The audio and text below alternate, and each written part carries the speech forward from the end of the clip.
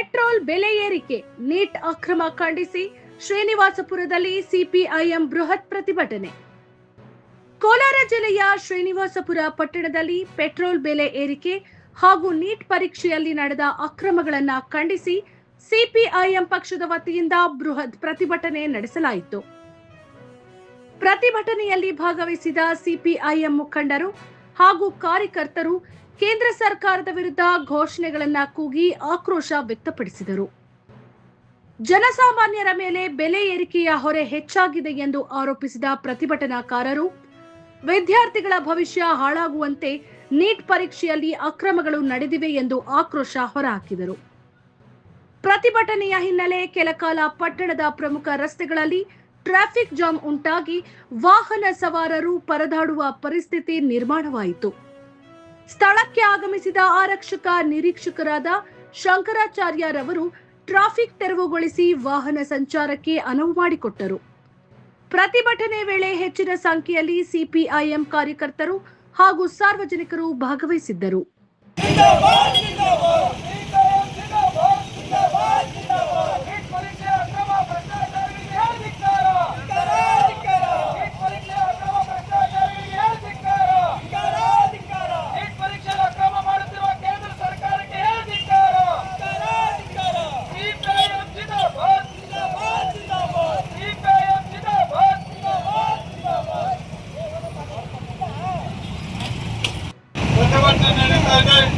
ಈ ಪ್ರತಿಭಟನೆಯನ್ನು ಉದ್ದೇಶಿಸಿ ಸಿಪಿಐಎಂನ ಜಿಲ್ಲಾ ಕಾರ್ಯದರ್ಶಿಗಳಾಗಿರ್ತಕ್ಕಂಥ ಪಿಎಂ ಸೋಮಣ್ಣರವರು 5 ನಿಮಿಷ ಮಾತನಾಡಬೇಕು ಅಂತೇಳಿ ವಿನಂತಿ ಮಾಡ್ತಾ ಇದ್ದೇವೆ.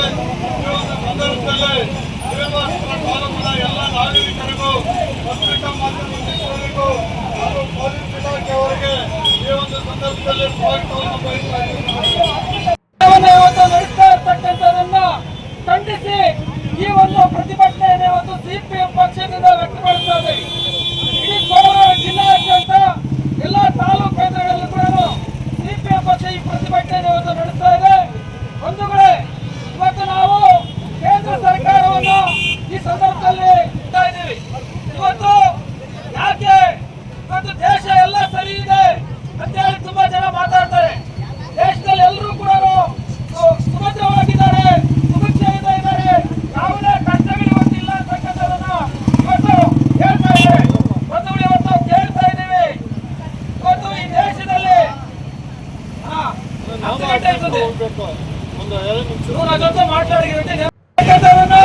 ಇಡೀ ಇವತ್ತು ಹಂತ ಭಕ್ತರು ಮಾತಾಡ್ತಾರೆ, ಮತ್ತು ನರೇಂದ್ರ ಮೋದಿಯನ್ನು ಬೆಂಬಲಿಸುವಂತ ಜನರು ಮಾತಾಡ್ತಾರೆ. ಇವತ್ತು ನಾನು ಪ್ರಶ್ನೆ ಕೇಳ್ತಾ ಇದ್ದೀನಿ, ಇವತ್ತು ಯಾರು ಈ ದೇಶದಲ್ಲಿ ಸುಭಿಕ್ಷೆ ಇದ್ದಾರೆ? ಯಾರು ಇವತ್ತು ಸಮಸ್ಯೆ ಇಲ್ಲದೆ ಇರ್ತಕ್ಕಂಥ ಜನ, ಯಾವ ವಿಭಾಗದ ಜನ ಇದ್ದಾರೆ ಅಂತೇಳಿ ಇವತ್ತು ನರೇಂದ್ರ ಮೋದಿಗೆ ನಾನು ಪ್ರಶ್ನೆ ಮಾಡ್ತಾ ಇದ್ದೀನಿ. 5 ಪಂಚರಾಜ್ಯಗಳ ಚುನಾವಣೆಗಳು ನಡೆಯುವ ತನಕ ನೀವು ಬಾಯಿ ಮುಚ್ಚಿಕೊಂಡಿದ್ದಂತ ಪ್ರಧಾನಿ 5 ರಾಜ್ಯಗಳ ಚುನಾವಣೆ ಆದ ತಕ್ಷಣ ಈ ದೇಶದಲ್ಲಿ ಪೆಟ್ರೋಲ್ ಬರ್ತಾ ಇಲ್ಲ, ಯಾವುದೇ ಆರ್ಥಿಕ ಸಮಸ್ಯೆಗಳಿಲ್ಲ ಅಂತೇಳಿ ಹೊಗಳ ಬಿಟ್ಟಂತ ನೀವು 5 ರಾಜ್ಯಗಳ ಚುನಾವಣೆ ಮುಗಿದ ತಕ್ಷಣವೇ ನೀವು ಮಾಡಿದಂಥದ್ದು ಪೆಟ್ರೋಲ್, ಡೀಸೆಲ್, ಗ್ಯಾಸ್ ನ ದಿಢೀರ್ ಬೆಲೆ ಏರಿಕೆಯನ್ನ ಇವತ್ತು ನೀವು ಮಾಡಿದಿರಿ. ಅದಕ್ಕೆ ನೀವು ಕೊಡುವಂತ ಕಾರಣ ಏನು? ಅಂತಾರಾಷ್ಟ್ರೀಯ ಮಟ್ಟದಲ್ಲಿ ಡೀಸೆಲ್ ಅಥವಾ ಪೆಟ್ರೋಲಿಯಂ ಉತ್ಪನ್ನಗಳ ಬೆಲೆ ದಿಢೀರ್ ಏರಿಕೆ ಆಗ್ಬಿಟ್ಟಿದೆ. ಒಂದು ಬ್ಯಾರೆಲ್ ನ ದರ ಇವತ್ತು 150ರಿಂದ 200ಕ್ಕೆ ದಾಟ್ಬಿಟ್ಟಿದೆ ಅಂತ ಹೇಳಿ ಇವತ್ತು ನೀವು ಮಾತಾಡ್ತೀರಿ. ಬಂಧುಗಳೇ, ನಾನು ಅದೇ ಪ್ರಶ್ನೆ ಮಾಡ್ತಾ ಇದ್ದೀನಿ ನರೇಂದ್ರ ಮೋದಿ ಅವರಿಗೆ. ನೀವು ಅಧಿಕಾರಕ್ಕೆ ಬರಕ್ ಮೊದಲು ಮನಮೋಹನ್ ಸಿಂಗ್ ಈ ದೇಶದ ಪ್ರಧಾನಮಂತ್ರಿ ಆಗಿದ್ದಂತ ಸಂದರ್ಭದಲ್ಲಿ ಒಂದು ಬ್ಯಾರೆಲ್ ದರ ಆವತ್ತಿಗೆ $22 ಇತ್ತು. $220 ಇದ್ದಾಗಲೂ ಕೂಡ ನಮ್ಮ ಈ ದೇಶದ ಪೆಟ್ರೋಲ್ ಬೆಲೆ ₹68, ₹70 ದಾಟಿರ್ಲಿಲ್ಲ. ಅರ್ಥ ಆಯ್ತಾ? ಹಾಗಾಗಿ ಇವತ್ತು ನಾವು ಕೇಳಬೇಕಾಗಿದೆ, ಏನು 2014ರಲ್ಲಿ ಇವತ್ತು ₹57 ಇದ್ದಂತ ಪೆಟ್ರೋಲ್ ಬೆಲೆ ಇವತ್ತು ₹110 ಹೋಗಿದೆ.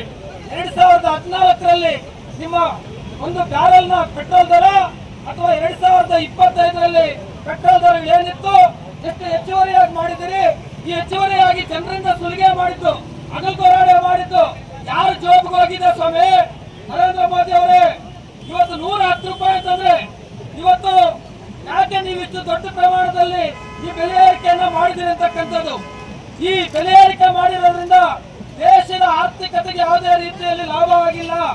ಆಗಿರ್ತಕ್ಕಂಥದ್ದು ಕಂಪನಿಗಳನ್ನ ಇವತ್ತು ಕಾರ್ಪೊರೇಟ್ ಕಂಪನಿಗಳನ್ನ ಇವತ್ತು ನೀವು ಅವರಿಗೆ ಇವತ್ತು ಎಲ್ಲಾ ರೀತಿಯಲ್ಲಿ ಪ್ರೋತ್ಸಾಹವನ್ನು ಕೊಡ್ತಾ ಇರೋದ್ರಿಂದ ಈ ಬಡ ಜನತೆ, ದೇಶದ ಜನಸಾಮಾನ್ಯರು ದಿವಾಳಿ ಆಗ್ತಾ ಇದ್ದಾರೆ. ಹಾಗಾಗಿ ಪೆಟ್ರೋಲ್ ದರ ಇವತ್ತು ಇನ್ನೊಂದು ಕಡೆ ಹೆಚ್ಚಾಗ್ಲಿಕ್ಕೆ ಕಾರಣ ಇವತ್ತು ನಮ್ಮ ಭಾರತ ದೇಶದ ಕರೆನ್ಸಿ ಇದಾಗ್ಬಿಟ್ಟಿದೆ, ಕಡಿಮೆ ಆಗ್ಬಿಟ್ಟಿದೆ. ಹಾಗಾಗಿ ನಾವು ಡಾಲರ್ನ ಮುಂದೆ ನಮ್ಮ ಇದು ಸಮಾನತೆ ಬರ್ತಾ ಇಲ್ಲ ಅಂತ ಹೇಳಿ ನೀವು ಹೇಳ್ತಿರಲ್ಲ.